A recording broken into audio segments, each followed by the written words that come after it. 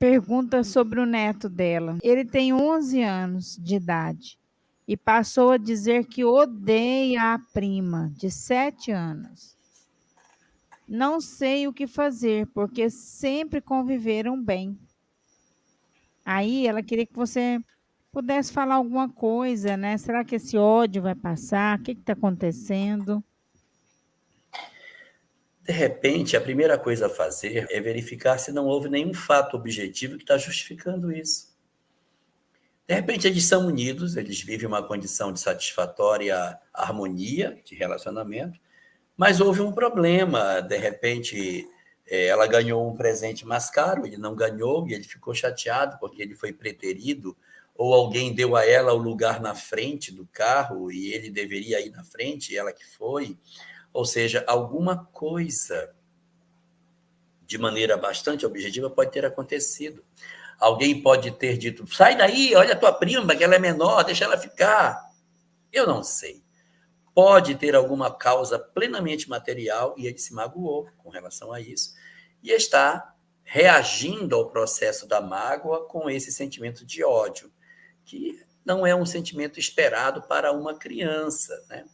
As crianças, às vezes, falam determinadas frases, mas elas mesmas não têm uma noção muito exata do que elas estão dizendo, elas não sabem o que, de fato, qual é o sentido mais exato das palavras que elas usam. Elas assistem um filme e vem alguém dizer algo para alguém, eu odeio você com todas as forças da minha alma. Isso, olha, então isso é legal, vou falar isso aí que eu achei bonito. Então, a primeira questão para a gente observar é se não houve nenhuma circunstância de causa objetiva para isso. A segunda possibilidade é que não seja uma causa do ponto de vista material, que tenha sido realmente alguma coisa do ponto de vista espiritual. E aí existem duas hipóteses. Uma hipótese pode ser uma influência de alguma entidade que se utiliza de alguma brecha que exista e estimula o garoto a ter esse tipo de sentimento. Veja que ele está com 11 anos, então ele já está ingressando na fase da puberdade e os acessos aos sistemas endócrinos já começaram, de repente, a funcionar. A epífise já está dando alguns sinais de amadurecimento e é possível que alguma entidade possa ter se vinculado a ele. Então, uma hipótese espiritual é que possa ser um processo de influência. E uma segunda hipótese espiritual é que seja uma recordação do passado mesmo. Ele pode ter acionado algum mecanismo do ontem no hoje e está, digamos assim, reagindo a uma lembrança que ele tem. E uma quarta, evidentemente, que tem que ser considerada, é a mescla de todas elas. Aconteceu uma coisa objetiva, que sob a influência dos espíritos e em função de uma história do passado, os três fatores se somam, se conjugam e promovem esse tipo de comportamento no seu neto. Mas a explicação não é o mais importante é o que fazer nesse caso. Então, o que se faz? O que se aconselha nessas circunstâncias? Não demonstrar pavor.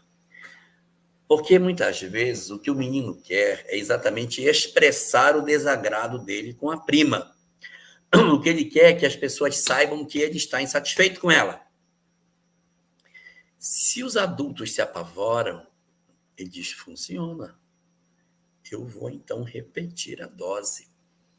Então ele descobriu um mecanismo para poder fustigar a família, para provocar, para irritar e chamar a atenção para si mesmo. Então, a gente precisa perceber que, de repente, esse pode ser um elemento que ele está utilizando porque ele está percebendo um estímulo reforçador da família, que se assusta com o que ele fala. Então, a gente precisa desautorizar esse comportamento nele. Como? Não valorizando. Não ficando, meu filho, que tal a raiva da sua prima já passou? Olha, meu filho, essa raiva tem que passar. E aí, meu filho, hoje você está melhor da raiva? Já passou? Não pergunte, não estimule, não provoque isso. Mas vá, sempre que possível, realizando o processo de aproximação dos dois, sem que seja de maneira assintosa, mas de maneira discreta. você vai e promove esse processo de desligamento dessa vinculação negativa. Se ele é o lado mais frágil da relação, trabalhe pelo lado dela. Você faz um bolo e diz para a sua neta, leva para o teu primo, entrega o bolo para ele e deixa ela entregar. Um pequenino ato de gentileza, aparentemente desnecessário, manda uma mensagem subliminar de que ela não é um elemento agressivo. Então, se você for trabalhando e tentando não valorizar a raiva que ele tem, para que até ele possa nem lembrar disso, ou até perceber que essa estratégia não funciona, então você não dá o estímulo reforçador. Você tenta fazer com que ele vá vendo outras experiências positivas. Como é que a gente faz para substituir um comportamento negativo que a gente tem com relação a alguma coisa que a gente quer mudar?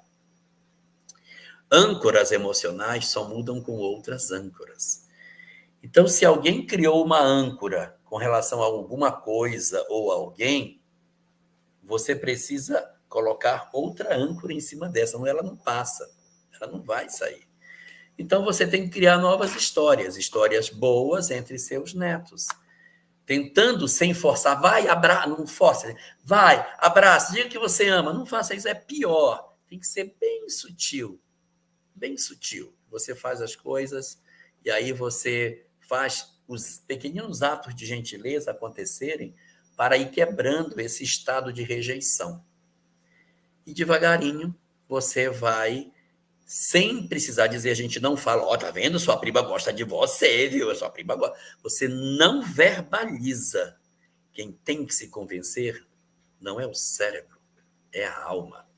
Aquilo que o cérebro se convence, ele depois se desconvence. Mas aquilo que a alma aprende, ela nunca mais desaprende. Então você precisa mandar a mensagem subliminar para que ele absorva de que sua prima não é um elemento hostil.